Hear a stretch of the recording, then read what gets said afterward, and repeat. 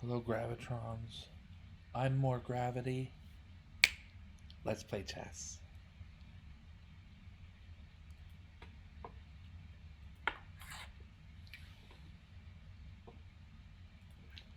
Turn this light off.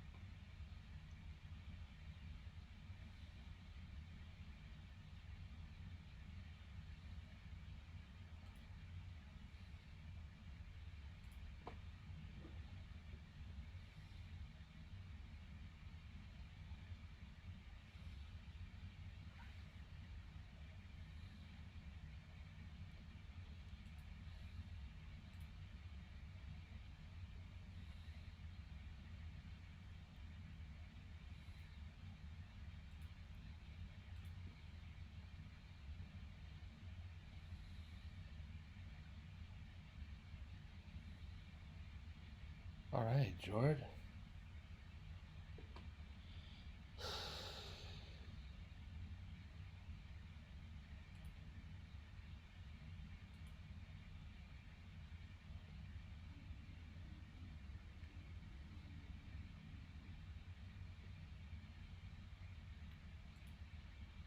All right, let's. I'm going to decide to finish this game out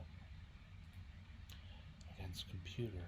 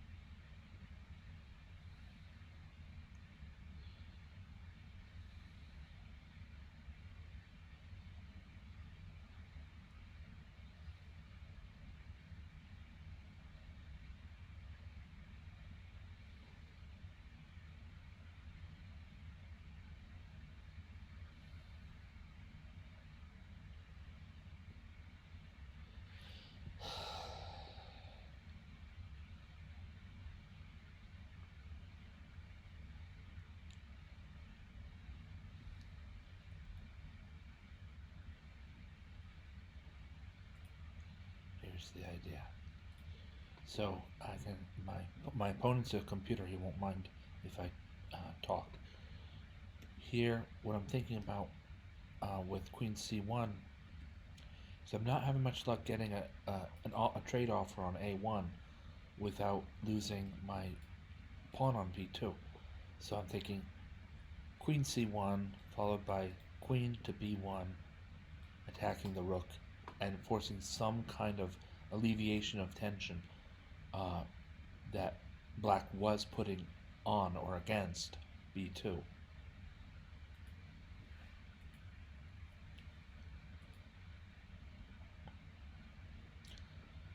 So we just kind of get that rook out of being quite so powerful and active.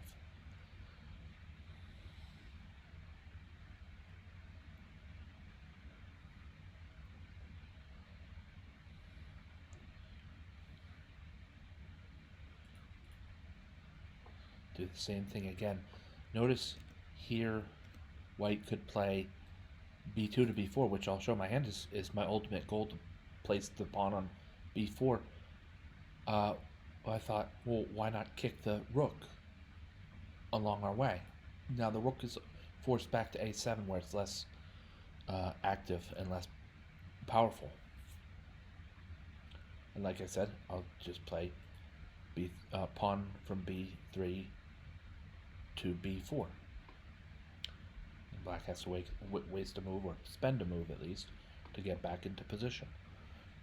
If I want to capture pawns here, no, because after trades on c5,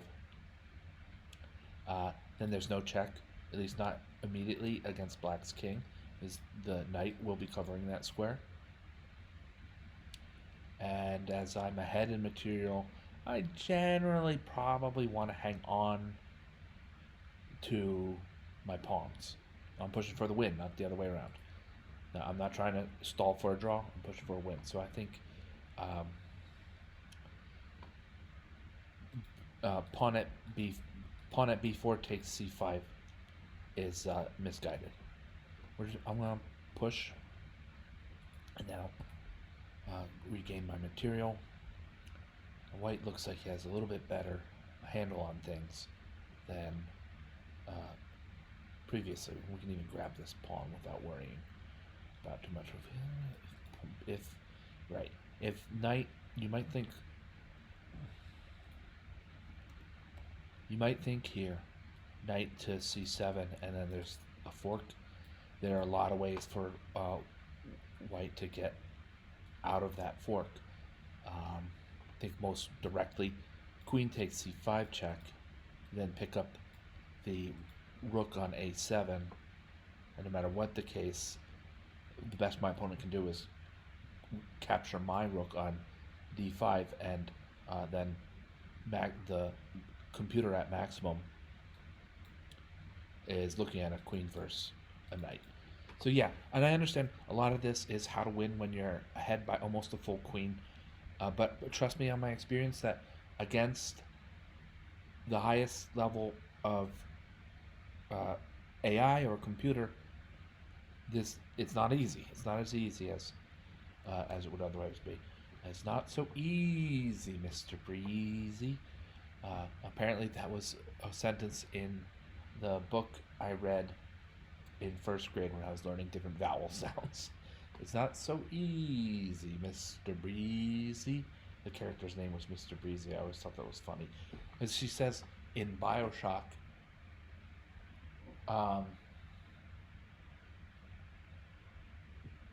hey, Mr. B, this one's still got light in them. Oh, wait. I know he'll be an angel soon. See, the weird little girls, they call their protector Mr. B. I think for Bouncer or even for Big Daddy.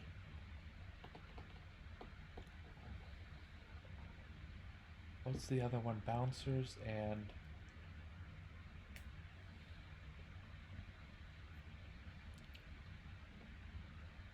Rosies. So it's for Big Daddy then, because she'll say it to a Rosie, so it stands for Big Daddy then. It's not so easy, Mr. Breezy. All right, here we go. And then also like 1/26 of adult males might be Mr. B. So, you know, point noted. Point taken. It's not so easy, Mr. Breezy. Let's go forward. My opponent played Rook C7. There's nothing immediate to win material wise, so I play.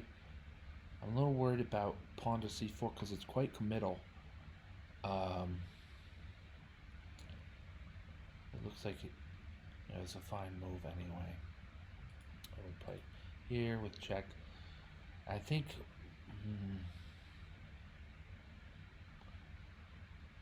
the temptation would be to lose the queen for the rook and a pawn, and then wouldn't white pretty much have that endgame? But against two pawns and a knight, I mean, I should, right? I should be able to close that out. But let's think if I even have to take those kinds of chances. I can play rook d6 and be better off altogether.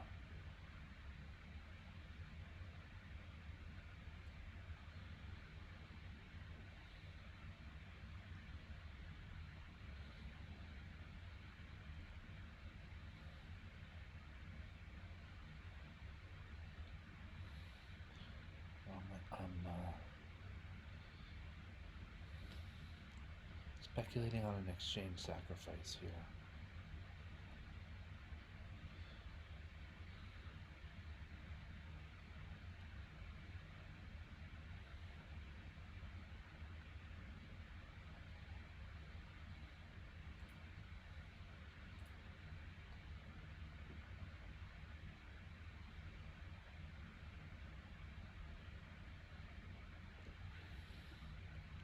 Okay.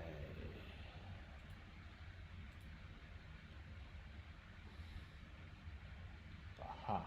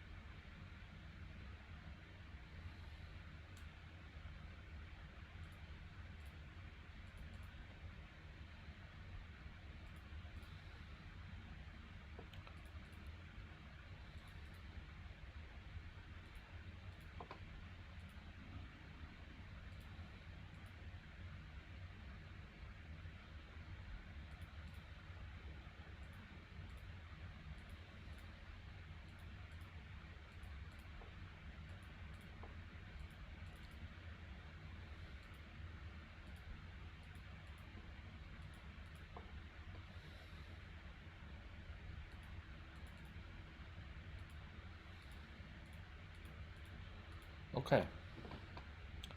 So the win held through. And the win held up to the test, the litmus test there.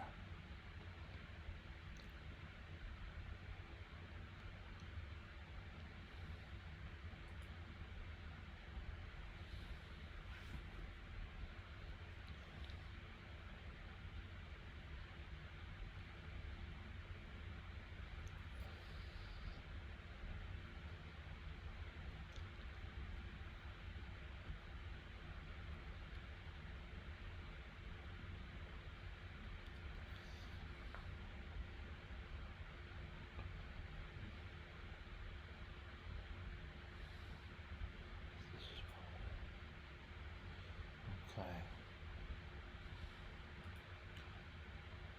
All right. Well, folks, so far so good.